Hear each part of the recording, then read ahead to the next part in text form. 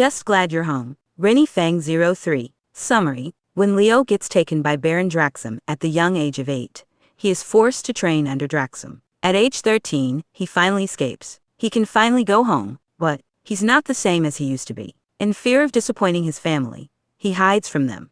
But Leo doesn't consider that his brothers just want to see him alive. Notes. Based off the art I posted on Instagram, here, and Tumblr, here, grinning face. I wrote this all in one 5-hour sitting, so I apologize for any grammar mistakes. See the end of the work for more notes. Chapter 1. Chapter text. Leonardo loved when Splinter allowed them to venture up to the surface. The air felt lighter than it had in the sewers, and the sky overhead made him feel like he could do anything. Leo had barreled ahead of his brothers as soon as he popped out onto the surface. He could hear Raph calling after him, but didn't stop. Leo didn't get to see the surface as often as his older brother did. Splinter always took Raph, and sometimes Donnie, on supply runs, but never him. He didn't want to ruin his moment of joy, so he pushed any feelings of inferiority down until they'd have to be dug out with a shovel. Besides, he got to spend time with Mikey, helping his little brother come up with art or food ideas. He envied the younger turtle's ability to create, but being able to contribute to the brainstorming process nullified any negative emotions that could be associated with those moments. Nardo, Donnie called out. That made Leo pause. His twin never yelled at him like that. Leo skidded to a stop and turned around.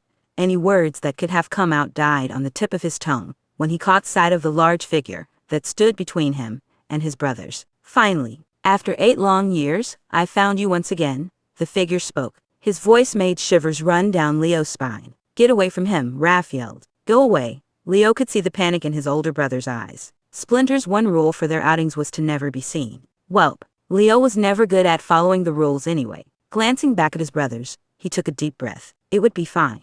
Nothing could hurt them when they all stuck together. What do you want with us anyway, you big weirdo? Leo taunted. Maybe if he annoyed the large, creepy guy, he'd leave the turtles alone. Unfortunately, the man just chuckled. Oh, you poor, naive child. I guess I should just be grateful you lived. That you all did. He looked back at Leo's brothers before approaching the slider. When we get back to my lab, I'll fill you in on everything you've missed.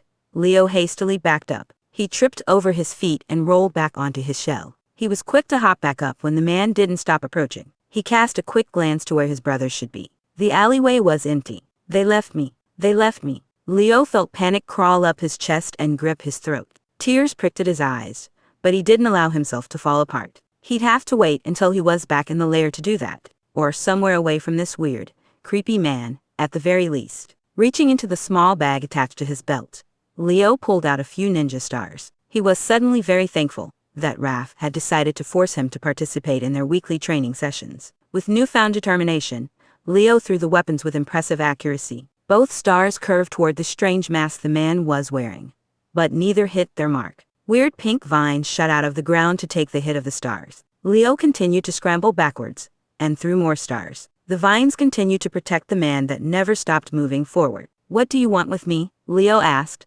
unable to stop the shake that entered his voice. He looked around again and caught a glint in the shadows. It was Donnie's bow. They didn't abandon him. Leo sighed in relief, not realizing he ruined Raph's plan to sneak up on the large man, undetected. Now, Raph shouted frantically as said man turned around to where Leo had been staring. Leo took this opportunity to turn around and run. He hopped over a dumpster and ducked behind it to catch his breath. After a quick moment, he looked around. He couldn't leave his brothers behind, but a forward attack wouldn't do anything. He stepped forward and flinched when something under his foot rolled forward. He dug around the trash bags littered around the dumpster until he found what he had stepped on. A bent metal pipe. It wasn't ideal, but it was better than nothing. Grabbing the pipe, Leo was quick to scale the building using the fire escape on the outside. He crawled over to the edge to watch the fight. All 3 of his brothers were now fighting the creepy man. You're outnumbered. You should retreat before you get hurt, Donnie stated with a false confidence that impressed even Leo. Donnie's back was facing Leo, and that's when Leo realized that his twin was completely exposed. Usually when they trained, Donnie wore a simple shell protector that he claimed was his battle shell. It was uncomfortable, so he never wore it outside of the dojo. Leo was suddenly much more worried about his brothers. They weren't prepared for a fight, Leo realized. They never had any reason to be. They were stealthy and rarely left the lair. Sure, they trained, but it was more like an intricate, dangerous game of pretend. They weren't prepared to fight. The large man chuckled and turned to face Donnie. Leo ducked down behind the edge of the roof, but listened intently. You fool, Baron Draxum never retreats, but if your brother decided to run off like a coward, I guess I don't meet him anyway. Leo bristled. Before he could think, he jumped off the roof and landed directly on Draxum's shoulders, bashing the metal pipe onto the top of his head. I am not a coward. Draxum was quick to grab Leo with the vines,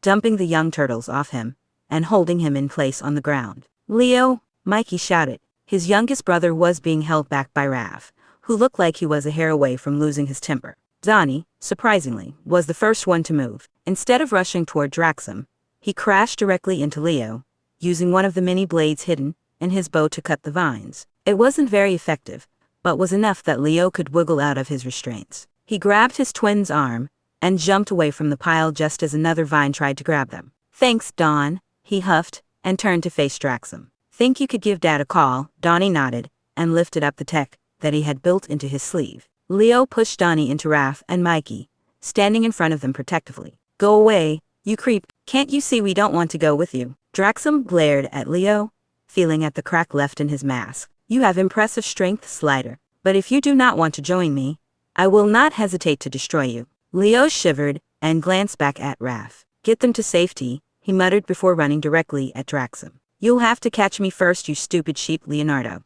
Raph shouted. Don't face him alone, you won't win.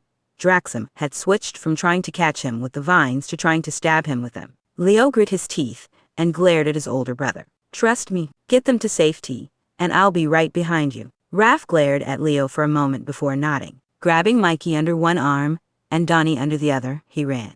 Draxum turned to follow them, but Leo threw his metal pipe at the back of his head. Over here, a vine stabbed into the wall a mere second after he jumped away. Oop, too slow. Another vine missed. Nope. Leo jumped as another vine stabbed into the wall right in front of him. Ha! You've got a Leo stopped when he realized he didn't have anywhere left to go. Draxum had left his vines in the wall, effectively trapping Leo. Leo stared into the sheep man's eyes as he readied another vine.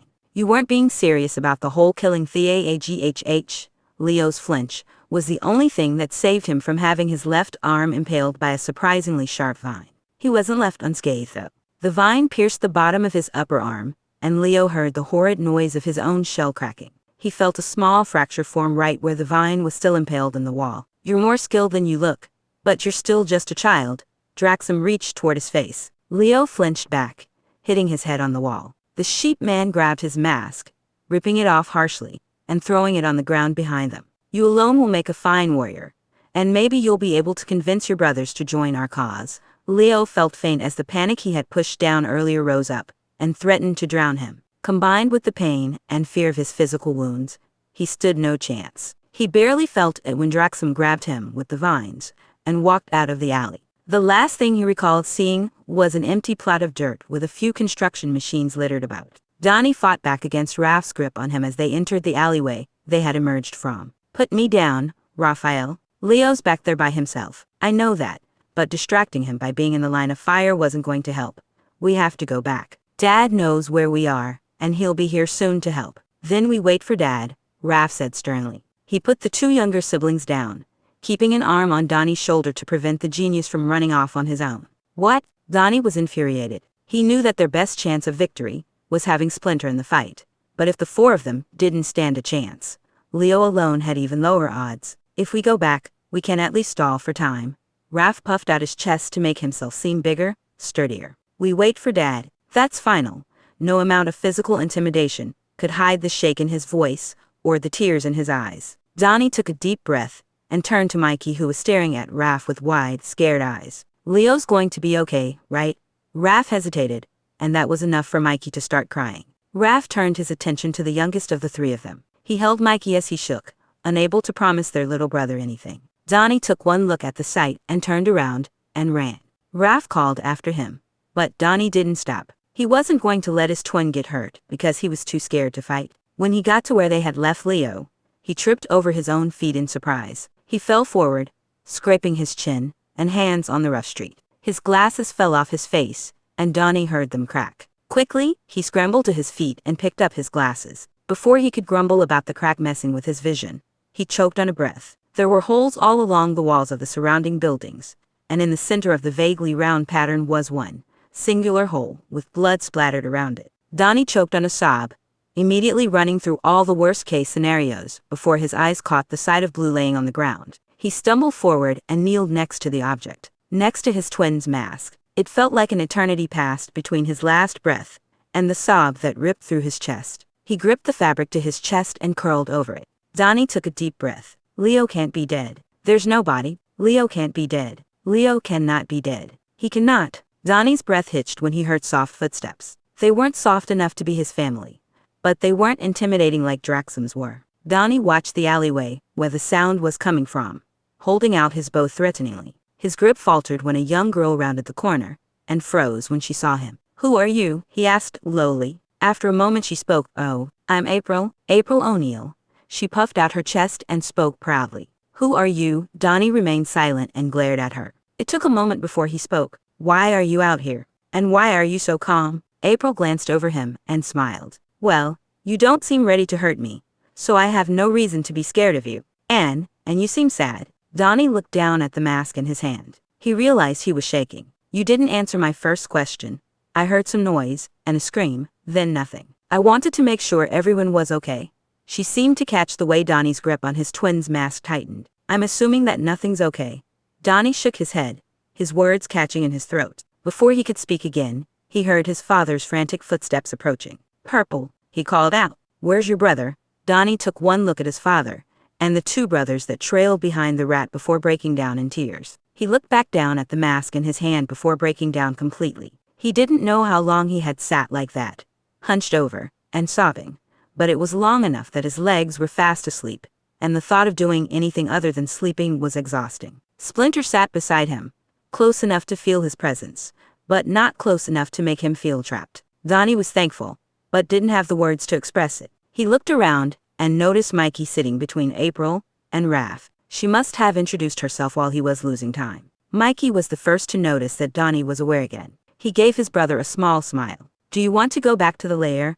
Donnie looked down at the mask in his hand and could feel tears gathering in his eyes again. He tied the fabric around his upper left arm and nodded. He stood up with the help of his bow, not ready to be touched by anyone. Well, that wasn't quite true. He'd kill if it meant his twin could hug him, but he didn't want to think about that. He watched as Splinter led the way back to the manhole cover they had emerged from. Raph, April, and Mikey followed close behind, Donnie trailing after them slowly. He stood at the cover and glanced at the beginning of a sunrise. He gripped at the mask tied around his arm. "Don't worry, Nardo. I will never stop looking for you." With a yawn, Donnie ducked back down into the sewers, sliding the manhole cover into place. The walk back to the lair was dazed and hidden behind a cloud that Donnie couldn't seem to get rid of. "I have to get him back," was the only clear thought that ran through his mind. Leo opened his eyes to a room dingier than their tunnels outside the lair. And that was saying something, considered they lived in the sewers of New York. At least they had mattresses in the lair, even if they were flat. At the moment, Leo felt like he was laying on concrete, though the softness under him told him that there was at least a blanket under him. He tried to sit up, only to be reminded of the stab wound he had obtained. Flinching, he pressed at the bandage that was wrapped about his arm. It hurt, but at least it wasn't left open to get infected. Hesitantly, he reached for the side of his shell. A small nick was taken out of his plastron, but the majority of the damage was on the side of his shell. There was a jagged edge where the vine had pierced him. Feeling the back of his shell made him want to puke. The pain was sharp, but luckily, there didn't seem to be any blood. It was one less thing for Leo to worry about as he figured a way out of the dingy room he woke up in. He looked to the door only to find it locked with heavy-looking metal bolts and chains. Of course it wouldn't be easy. Leo felt his stomach grumble and curled into a ball. He didn't know how long he had been locked up, but he had skipped breakfast before they left the sewers, too excited to eat. He was starting to regret that decision. He was distracted from his hunger by the chains being jostled before the door opened. Draxum entered the room with two little creatures flying off his shoulders and out of the room. Leo could feel panic crawling up his throat as the sheep man approached him. He sat up and backed himself into the furthest corner of the room, jostling the blankets he had woken up on. "You shouldn't back yourself into a corner when faced with an enemy you know you cannot defeat," Draxum commented. He set down a cup in front of the pile of blankets Leo had messed up. "Drink this. It will give you enough energy to get through each day. I will bring one each morning before we begin training." "What? No food? Not even dumpster scraps?" Leo muttered. The humor didn't color his shaking voice how he hoped it would.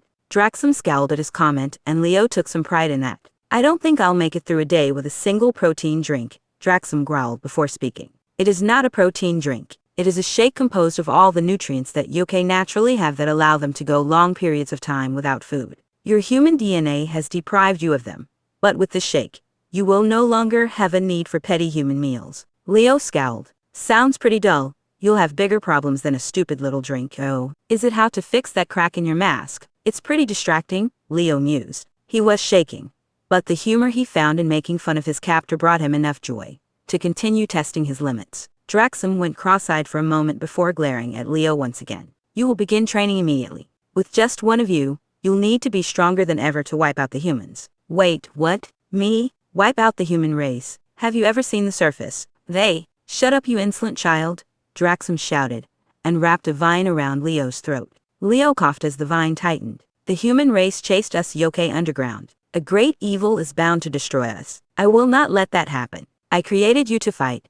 You will not be distracted by petty things such as masks or drinks. Such a buzzkill, Leo coughed out. Terror shook his body as the vine around his throat tightened before it let go. He coughed into trembling hands, trying to hold back a panic attack as Draxum growled above him. Drink that and meet me in the hallway in 5 minutes.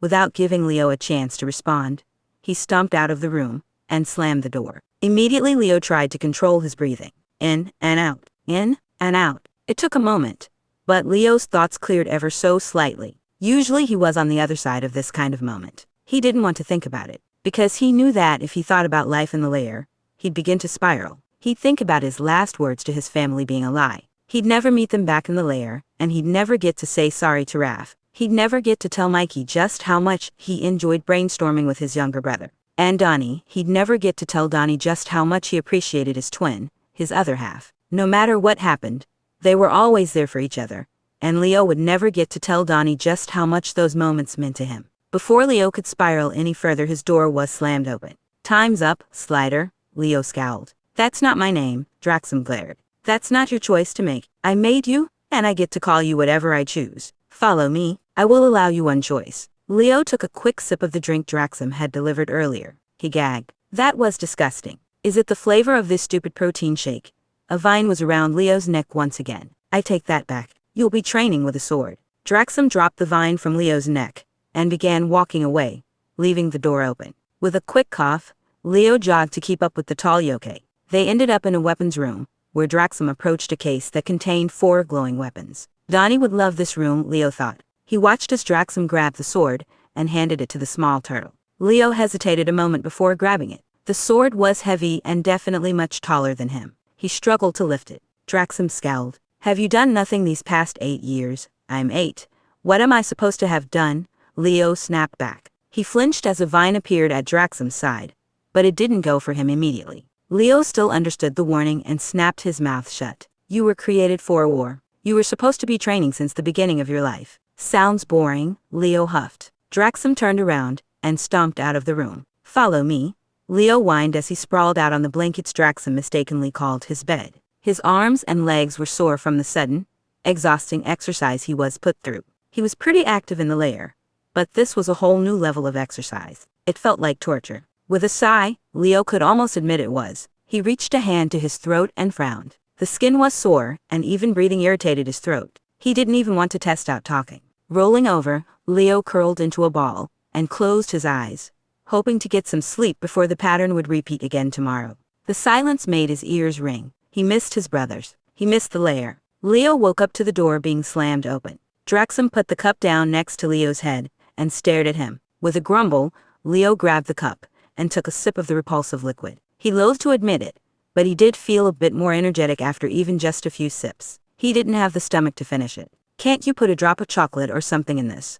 Leo's throat was still sore from the previous day, but he felt like he was suffocating when Draxum silently stared at him. You'll get used to it. If you prove to be a good warrior, you can go get your own food eventually. Leo perked up at that. Oh, how soon we talking? 'Cause I would kill of a good pizza right about. The end of Leo's statement was cut off by a vine around his throat. At this rate, never. You need to stop talking. A good student listens, and you have much to learn. Leo took a painful breath as the vine retreated. He gritted his teeth and glared at Draxum. It wasn't worth the pain to make fun of the fact that he had put on a new mask. Wow, He must really love that mask if he has multiple of the same style, Leo thought to himself. Even Donnie would at least chuckle at his observation. Before Leo could spiral again, Draxum left the room, and Leo followed him. He was not looking forward to this dismal, painful routine. And the routine was painful. Every night, Leo went to bed sore and tired. After the first few weeks, the nightmares began. He slept as little as possible to keep them at bay. Even the revolting taste of that stupid drink Draxum brought every morning started to become mundane. Occasionally he'd nurse a wound or two, but otherwise the routine remained the same. Thanks to the small calendar, Leo was able to keep track of the amount of time he spent with Draxum. That also meant he was able to watch as his birthday passed by with nothing but physical and emotional pain to prove that this wasn't a nightmare. Not one he could wake up from at least. "Happy birthday, Donnie," he whispered to himself before he went to sleep that night. They were the first words he had spoken in months. He learned to stop speaking around Draxum, and as his hope dwindled, he stopped speaking to himself. Another year passed by slowly. He was 10 now. He was also quite a formidable warrior. He'd taken the training in stride because maybe, if he timed his attacks and portals correctly, he'd be able to get out of here. He was 11 when he killed his first innocent victim. Draxum had forced him into the battle nexus. The first few rounds were easy, but then he was matched with a young yokai. The bunny warrior didn't seem to be too much older than him, but he was just as tough to fight as the adults. Big Mama must have been feeling particularly cruel, or maybe Draxum convinced her to do it, but she declared the two young warriors would fight to the death. Leo briefly thought about giving in, letting the bunny warrior cut him down, but then he remembered his brothers. He couldn't give up on his brothers. The fight was long and exhausting. The bunny was fast, but Leo was faster. He knocked the other down multiple times, but eventually he stayed down. Leo kneeled over the bunny warrior and hesitated. The bunny met his eyes and smiled. "You fight well, you're determined." Leo's voice caught in his throat. He hadn't spoken in so long, not to mention the emotions that were also clogging his throat. He shook his head. "I don't want to kill you. I don't want to kill anyone." "Do not hesitate," Draxum's voice rang out over the loud crowd. Leo flinched and watched as the bunny glanced around at the crowd before looking back at Leo. "You don't want to be here either, do you?" Leo shook his head. "Yet, you didn't give up. You have someone to get back to, don't you?" Leo nodded, but thought, "Don't you have a family to get back to? A life you want to live?" The bunny warrior smiled at him and grabbed the end of Leo's shaking sword. "I hope you can get back to them, whoever they are," he whispered before aiming the sword over his heart and grabbing Leo's arm, forcing the blade through his own chest. The crowd cheered, but Leo felt numb. He couldn't even cry. Draxum told Leo he was proud, but the words meant nothing to the young turtle. He didn't feel like a kid anymore. By the time he was 12, Leo was a Battle Nexus champion. He lost count of the lives he had taken. As much as he tried, he couldn't forget his first victim's face. The bunny wanted him to get back to his family, so he couldn't give up now. His training had become much more intense, and so had the constant pain. He basically lived in his knee braces, and even then, he would often use his sword as a crutch. Draxum wasn't happy with that, but as long as Leo fought well, he didn't say anything. The only positive thing about Leo's training was the mystic properties of his sword. The more training he had, the better he could make portals, the greater his chance of escape was. He would not give up on his brothers. He would make it back to them. He had to.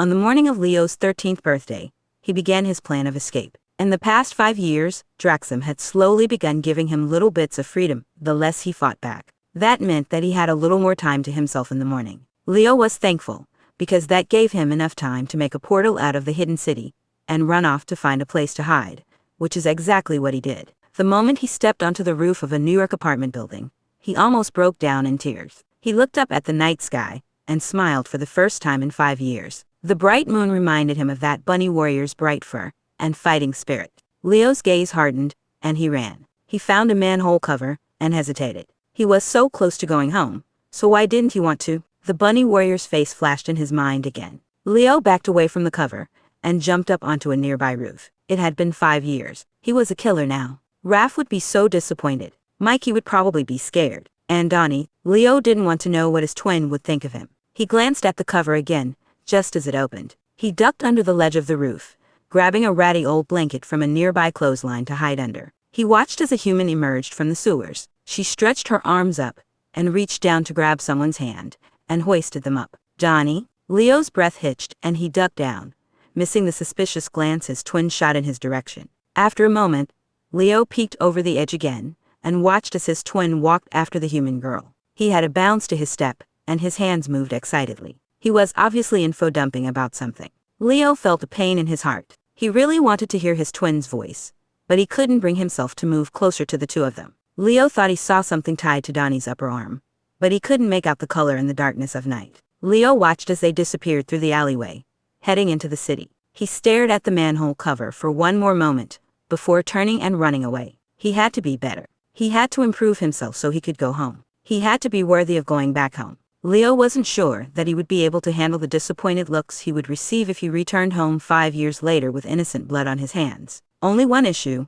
how does he redeem himself? The answer came to him over a year later. He watched as green new squiddos flew around the city. He shuddered and hid the entire night in his little nook on the roof of a shoddy apartment building. He didn't sleep that night, preoccupied with trying to breathe through his panic attack. The next morning, he caught wind of a famous chef mutating on live TV. If someone famous was mutated, there must be others, so Leo kept an eye out for anything that could pose an issue to the safety of the people of New York. Maybe if he could protect these people, it would make up for all the lives he had taken while Draxum trained him to destroy them. Later that night, as the sun began to set, a silverfish mutant caught Leo's attention on his roof. The silverfish had found its way into his very small collection of fabrics he used as bandages. He sat up when he heard it rustling around, which startled the mutant and caused it to run. He grabbed the blanket he used and a scarf and a cape and chased after the silverfish. He pulled the blanket over his head and he dove past the cameras littered around the city. He was quick to catch up to the mutant, and when he tried to stab it,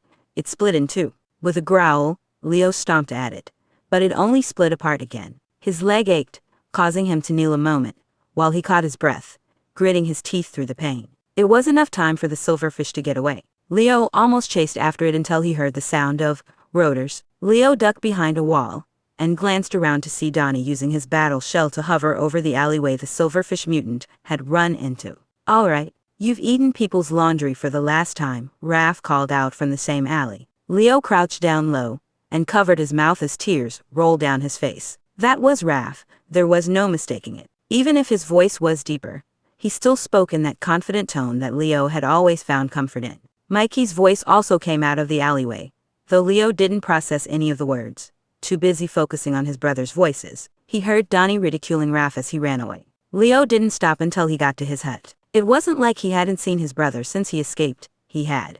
But he never got close enough to hear them, because that meant that they would be able to hear him if he were to make any noise, and he still wasn't ready to face them. With a sigh, he finally calmed down. It was going to be difficult, dodging the eyes of New York, any yokai that ventured to the surface, and his brothers.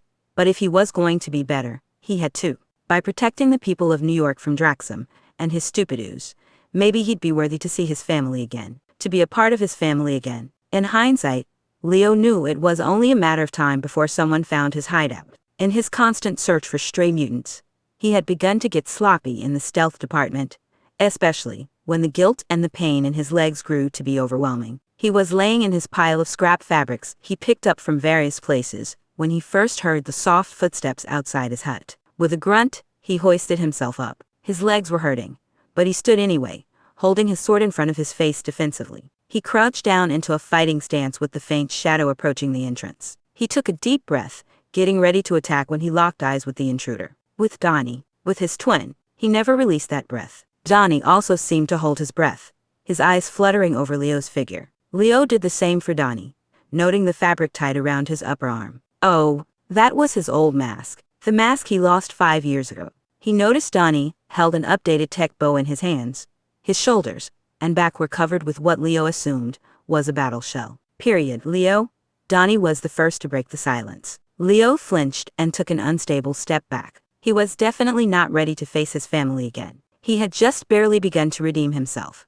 There was no way they would forgive him so quickly. Leo opened his mouth. "Go away. You'll hate me." He wanted to scream. Period. Dawn was the only thing that came out. His throat felt like he had swallowed knives, and his voice shook. Donnie reached an arm forward, and the tears that pooled in his eyes had begun to drip down his face. Without thinking, Leo swung his sword and opened a portal right behind him. He offered a silent apology to Donnie before he stepped back, and was falling. He was falling. A hoarse scream was ripped from his chest as he curled into a small ball. He caught sight of his hut nearby, with Donnie running outside. Donnie was running toward him, and Leo knew his twin wouldn't make it in time. He couldn't bring himself to unfurl his limbs to make another portal. Before the guilt of dying before he could see his family could settle in his stomach, he was caught in bright red arms. He was moved through the air quickly as the red disappeared, and he landed on top of something big that let out an oomph. Upon impact, Leo closed his eyes tight, trying to keep the tears in. "Leo!" Donnie shouted again. This time,